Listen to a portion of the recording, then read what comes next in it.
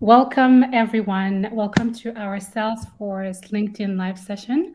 My name is Asma Zahid, and I lead Future Force recruiting for Australia and New Zealand, based out of the Sydney office.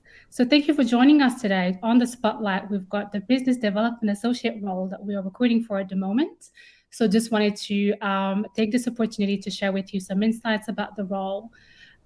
First of all, would like to introduce you to my team, a couple of members of the team, of the business development team, go over the business development role, and also welcome your questions at the end. So I'll just hand it to you, Jamili, to start for a quick introduction.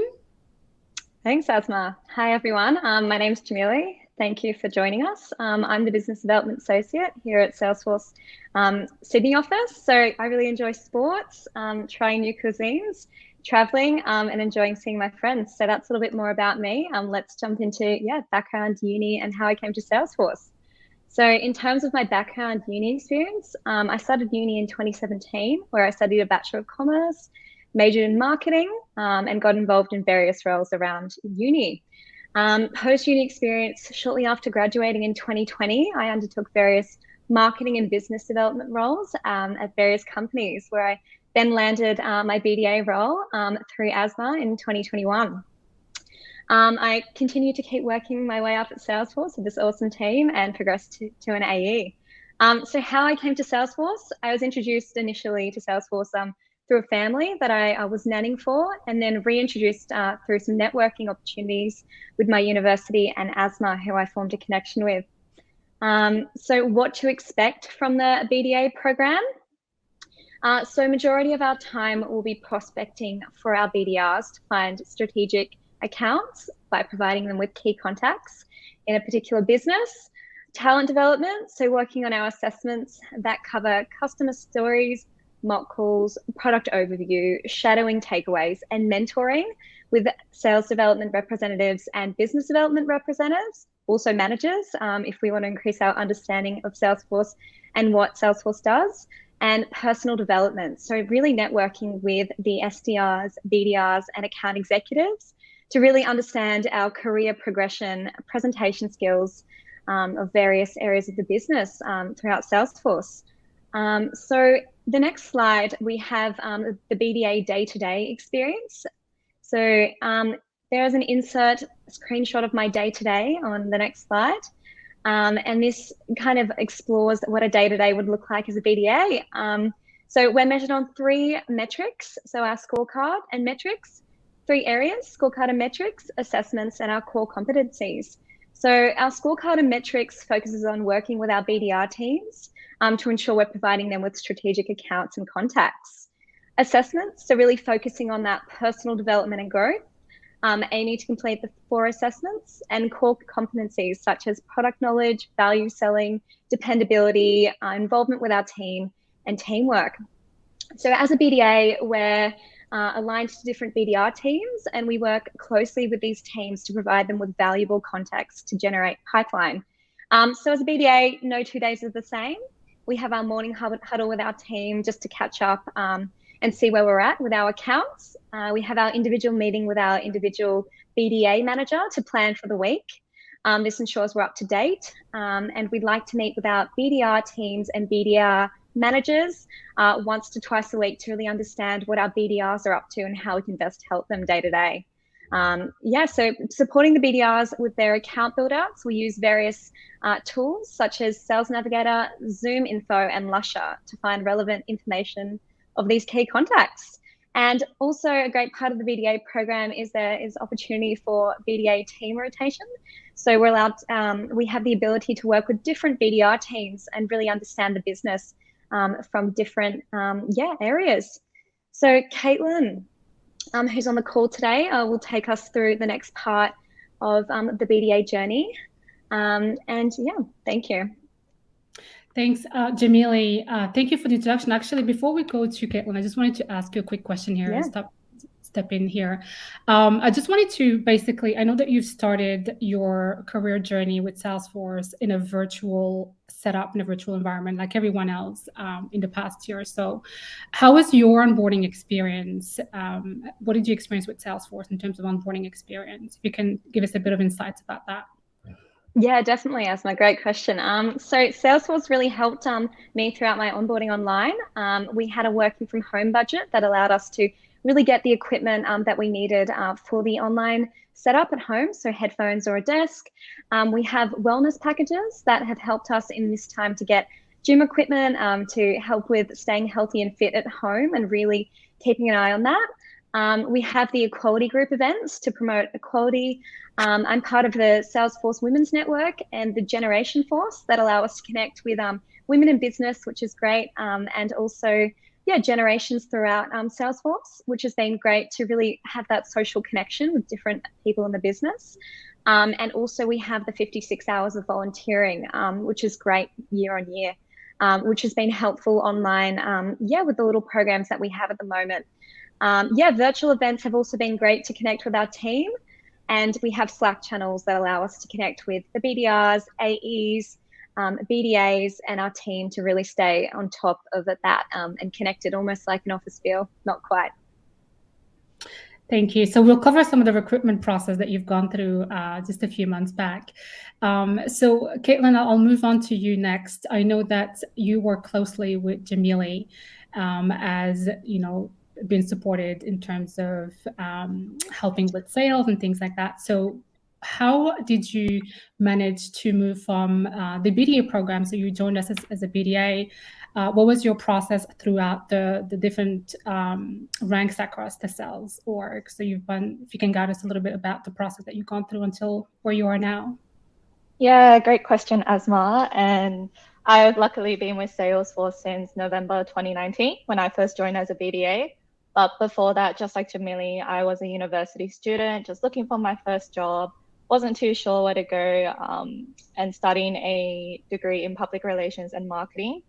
So something that I always did in uni, and like I mentioned, was always quite confused about was, okay, where do I go after uni?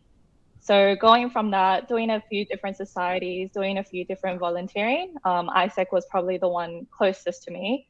I devised a career plan to be like, okay, you know what, let's get started. Let's see what a career in marketing will look like. Let's do a few different internships at a PR firm, at a startup, at an agency, and then corporate, which I never got to. So maybe it was fate. But more so just to see where my strengths lie, if marketing was a career for me, what environment of work would I really thrive in? So starting from university and also during university, I did 3 different internships, one at a PR firm called Blackie McDonald, at a startup called the Martech, and a social media agency called Switched On, now AKQA. And what I really found in those roles and understanding a bit more about what I'm looking for in a job is that marketing wasn't really the right path for me, more so because I was really looking for something that would provide a lot of value into the work that I was putting in and also having a very clear career path. So one day I was in San Francisco with my friend and I was sitting in Dolores Park and watching the beautiful sunset. And from far away, I could see this building in the skyline. And I was like to my friend, hey, what's that building? And they were like, oh, Salesforce. And I was like, yeah, not sure. So something that was really good for me was that throughout all of those internships I did, ironically, Salesforce was involved in all of them, whether they were a client, whether I was writing an article for them, or whether someone from Salesforce actually, someone who used to work from Salesforce actually worked there. So when I saw that job ad pop up on LinkedIn, I was like, ooh, BDA, Business Development Associate, not too sure, but let's apply for it. Just because I had been researching Salesforce, great company, great values, and I could really feel that there was a career plan for me. So back to your question, Asma, the way that went was I applied via LinkedIn, and then you sent me a message on via email saying, hey, give me a call at this number. And I was like, ooh, okay. And then giving you a call when I was sitting in the park, and then being invited to what we called our BDA Ohana Day, or similar to an assessment center. I really felt the good vibes from there, where even in our waiting room, we were making birthday cards as part of like a volunteering activity, and then just really having a about me presentation and doing a bit of a case study. Then luckily finding out that I had got the role. So starting from BDA, I really enjoyed it because we were told from the start that this role was to train us up to become great account executives. And I felt from there I was able to build a really great network going into my next role as a sales development representative, or SDR, where I began to actually go on the phones, became a bit more of a sales or business development role, and speak to small businesses about their problems and really qualifying these opportunities and starting to work more strategically with account executives. Now I am a business development representative where I work in our commercial space, particularly professional services. And this is when I work with Jamili to be like kind of like private investigators on LinkedIn and understand a bit more about industries, accounts or companies, as well as the people I'm talking to. And throughout all of these experiences, whether it's business development associate, sales development representative, business development representative, I feel like I'm learning skills here and there to eventually grow into that account executive role. Awesome. Thank you, Caitlin. So just want to stop here for a second and just address our audience. If you do have any questions you'd like to ask us live, please do pop them and we'll pick them up. Thank you. So Caitlin, I'll go back to you again for this question. What advice would you give your audience at the moment, anyone who's at university at the moment? What advice would you give them to how to transition from university life to work life? Yeah, good question. So 3 things I think I could have done better when I was in university was to definitely start attending those networking events, whether that's in person when we're, free from lockdown, or when they starting up again, or even virtual. I know at the university I went to, University of New South Wales, we always had these open opportunities where they would invite people from different companies to speak on their events, like speak about their role. And then what you're able to do is make connections from that, essentially. And I think going on my second point, something that I wish I did more of was to leverage my LinkedIn. Like Jamili mentioned before, she met Asma at a women's network event and was able to keep in touch with her on LinkedIn. And on LinkedIn, that's where I found my job as well. And I could have easily connected with Asma on it as well. I think the third thing is to really do things outside of university, whether this is societies, volunteering, or internships. Because personally for me, if I hadn't done volunteering in ISEC, where it was a bit of a sales role, I wouldn't have really understood what sales was. And then secondly, doing those marketing internships gave me a more wider lens into what the world of marketing looked like, and if it was suited towards my personality, the companies that I would like to join, and just stuff like that. Awesome. Thank you, Caitlin. Thank you both. So we'll just move on to the timeline. So I know that we do have a few roles available at the moment. So wanted to share with you what's going to happen next. So at the moment, we have advertised our business development associate role. We are going to be closing application on the 1st of November. So please do go ahead to our careers page and apply as soon as possible before we close our application. So once we receive our application, selected candidates will be invited to an information session that we are going to be running virtually. So in the information session, we'll talk about the roles in more depth. And give you some insights about Salesforce, who we are, and also get to meet your hiring manager. Once we have run the information session, we should be doing all of our interviews towards mid-November to early December. Same process as Jamili and Caitlin has gone through. So it's going to be virtual as well. And successful candidates will receive an employment contract from us. So hopefully this is for new graduates, or anyone who's graduated in the past 12 months, and hoping that once you join us, you have graduated by the end of this year. So any successful candidates will join us next year. So from January to June period. Usually we do have a benching process. So we always have a number of BDAs in seat, and whenever there's promotion internally or progressions, then we get more BDAs to come and join us. That's why the time frame to join is about sometimes 2 to 6 months. Great, excellent. Let's move on to the next slide.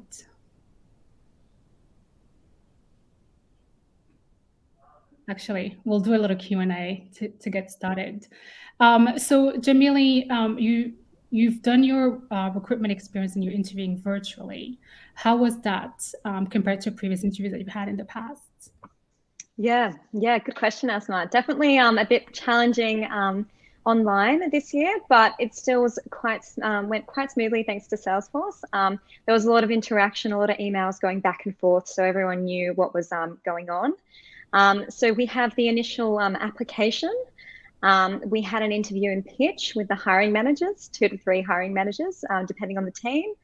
And then we met in a group of 3 or 4 other individuals like applying for the same role.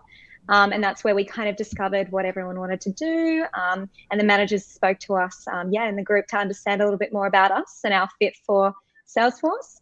And then, it was the About Me presentation where we pitched to the hiring managers and the team, where we really had to challenge ourselves and really present ourselves in a unique way to show, what we could do for Salesforce. So I believe the questions were: what drives you, your passions and values, what makes you you, and present this creatively. So I really enjoyed that. Challenged me, but definitely a really good interview process. Great. Thank you, Jamili. So looking back into what we've said before around your day-to-day at Salesforce as a BDA, I would love to hear from you both. What is it that you do on the side to stretch your skills outside of the sales roles? I know that we've got a lot of opportunities at Salesforce to participate in other equality group or things like that. So what have you guys been doing on the side to help you stretch up some of your skills?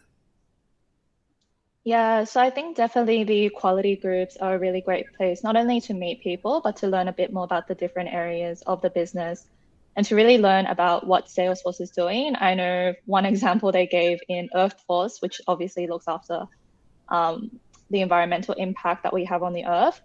One guy who was so passionate about it, he actually went ahead and created a product called Sustainability Cloud. And then from that's when that whole product stemmed, and he became the head of that. So I think in terms of developing skills, the quality groups are a really great place to start.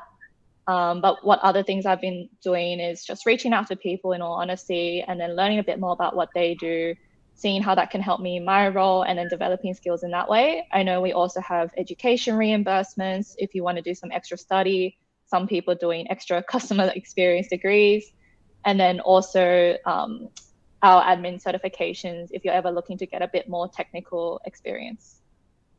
Yeah, absolutely. Definitely a wide variety of resources in Salesforce. I try to book a few one-on-one meetings to network with the different people in the industry to learn the different sectors we have. So not just in sales, but really expanding my knowledge with our systems and customer service team. This allows me to really understand the business holistically and get different points of views with that. I also join into my SDR and BDR group activities that they run to really enhance the social connections, particularly online at the moment, which has been really helpful. In regards to learning, Trailhead has been a really good resource for us, ensuring that we kind of upskill and understand different parts of the business, which we have been doing in our enablement sessions with the BDA team. Great. Thank you. And so another question for both of you guys. What are if you think about the top 2 or 3 skills that you have brought with you or you have developed for this role that made you successful, what would you say those skills are?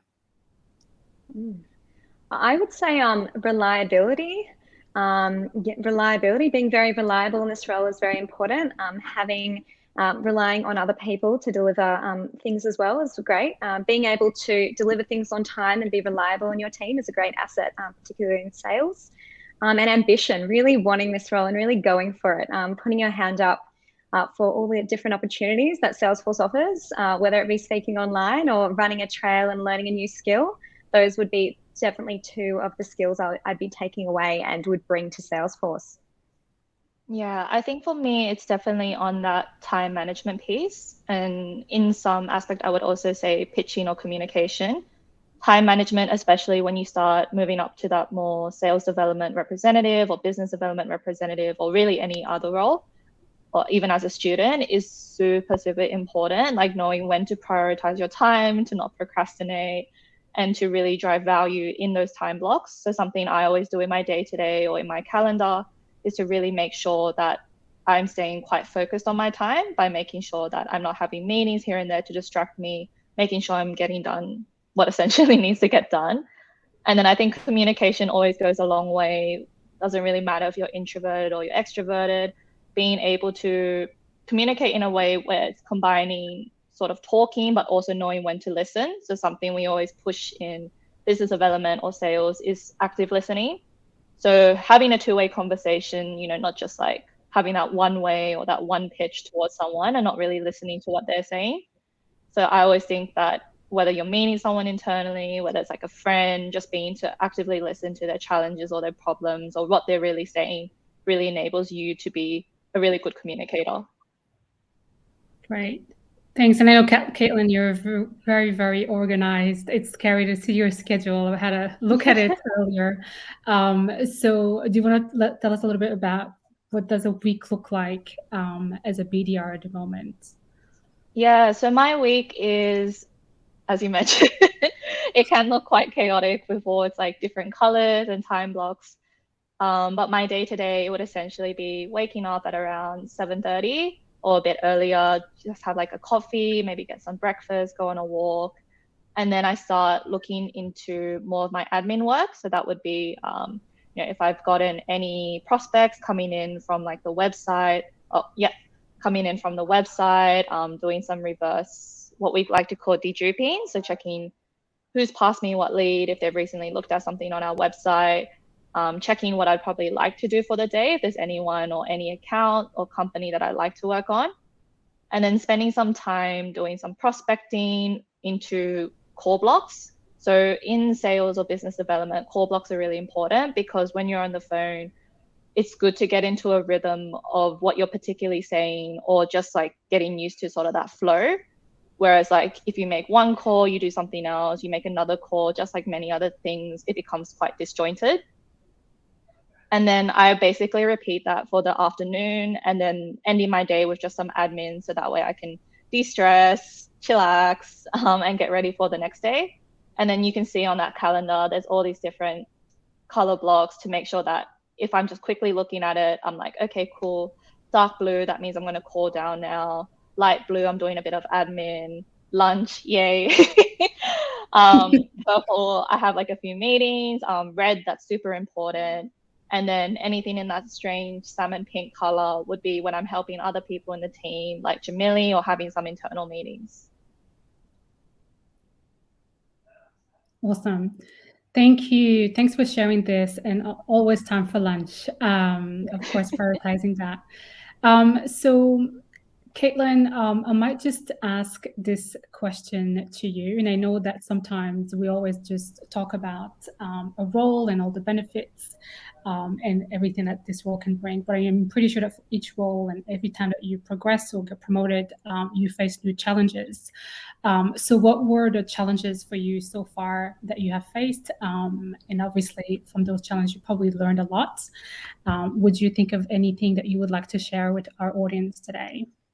Yeah, so I'll say like one from each. So for business development associate, one challenge that I particularly faced was really that time management and that project management piece and collaborating with a lot of people from the business. I remember there was one time where I was supporting, I would say 19 business development representatives, and they're all like, can you investigate this? And I'm like, yes.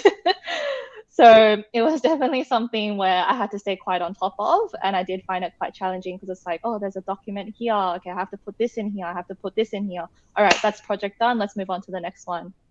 So I think really having that time management, that's where you start seeing that calendar come in, where I become quite structured with my time and knowing when to do things. And then in sales development representative, it was really starting to develop that resilience piece and that motivation, where I really began had to separate okay, this is who I am. I'm Caitlin. I like to eat food. I like to sometimes go rollerblading. And this is my role as a sales development representative, right? So it's really just being able to continue picking up that phone, learning as you go, learning from your managers, leaning on your peers, because something that always surprises me is that even though you're on the phone by yourself or you're doing sales by yourself, then you really have a team that supports you. Like you get what we like to call like a meeting then, or an opportunity, then everyone goes, yay, congratulations. And you're like, yay. So that was something that I've always had to continue learning on, is really leaning on my team for support, like not just thinking I'm like this individualistic player and just really pushing through.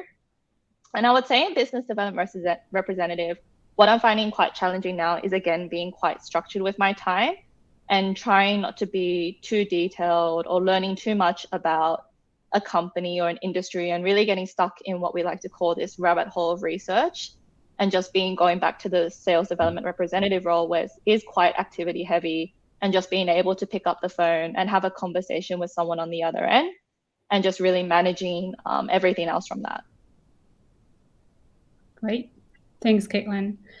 So one more question for you, Jamili. I know that you've met so many Salesforce people before you joined us, and I'm pretty sure that you've heard different comment about our culture that probably resonated with you. That's the reason why you joined us. So how has it been? What have you experienced so far as a Salesforce? Since you've been at Salesforce, in terms of culture as well, is it similar to what you've seen the past year and a half? How has it been for you? Yeah, absolutely. Great question, Asma. Definitely a great culture from the get-go. Meeting you and Matt outside of Salesforce before joining, great energy. You both were very welcoming and very happy to teach me more about the company and where we go from here. So after joining earlier this year, it's been amazing. Everyone has been very, very generous with their time. I've met with a lot of AEs, BDRs, and SDRs who have just sacrificed their time so generously to teach me new skills, and also, new skills and new understanding of different perspectives of business and different research. So I've definitely really enjoyed everyone being so generous with their time and really enhancing that Ohana together as family, together as one culture that we strive for here at Salesforce. So it's been a great experience, and I'm definitely keen for more BDAs to jump on board.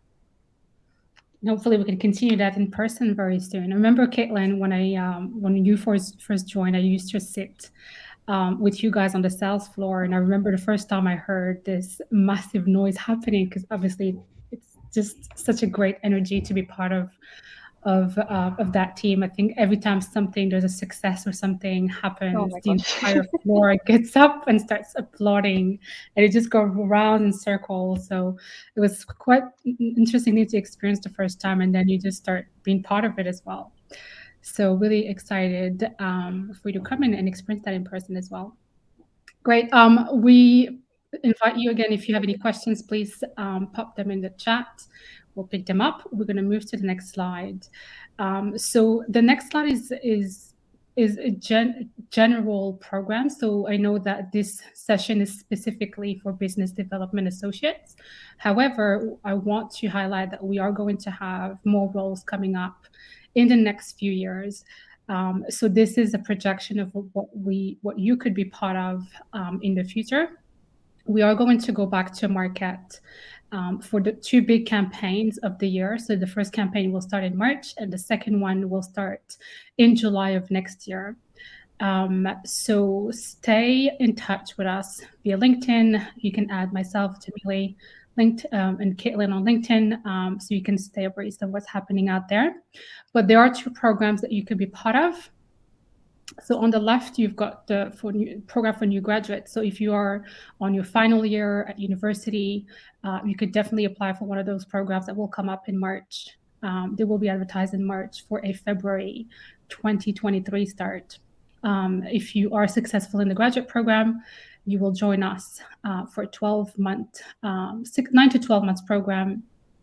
If you are on your penultimate year, you can also apply to one of our internship program that will be advertised as well. Internship program will start in November of 2022 and end in March 2023.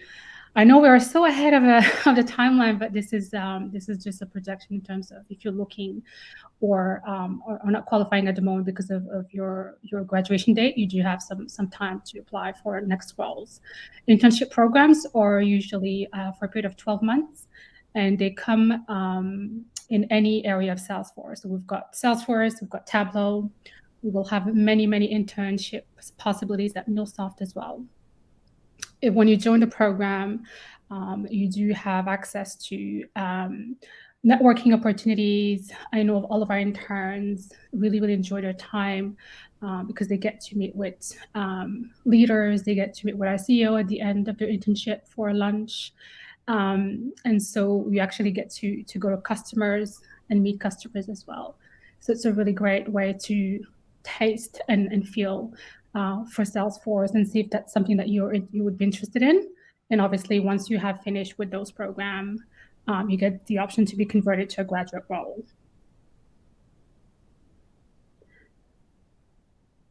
We've got a question from Singapore. So for Singapore, the timeline is a little bit different. The internship program will happen in the summer period, so that will be in May. What we are going to be recruiting in Singapore in the next few months. So the timeline is a bit different. If you're in Singapore, we are going to be recruiting in the next few months for a May start.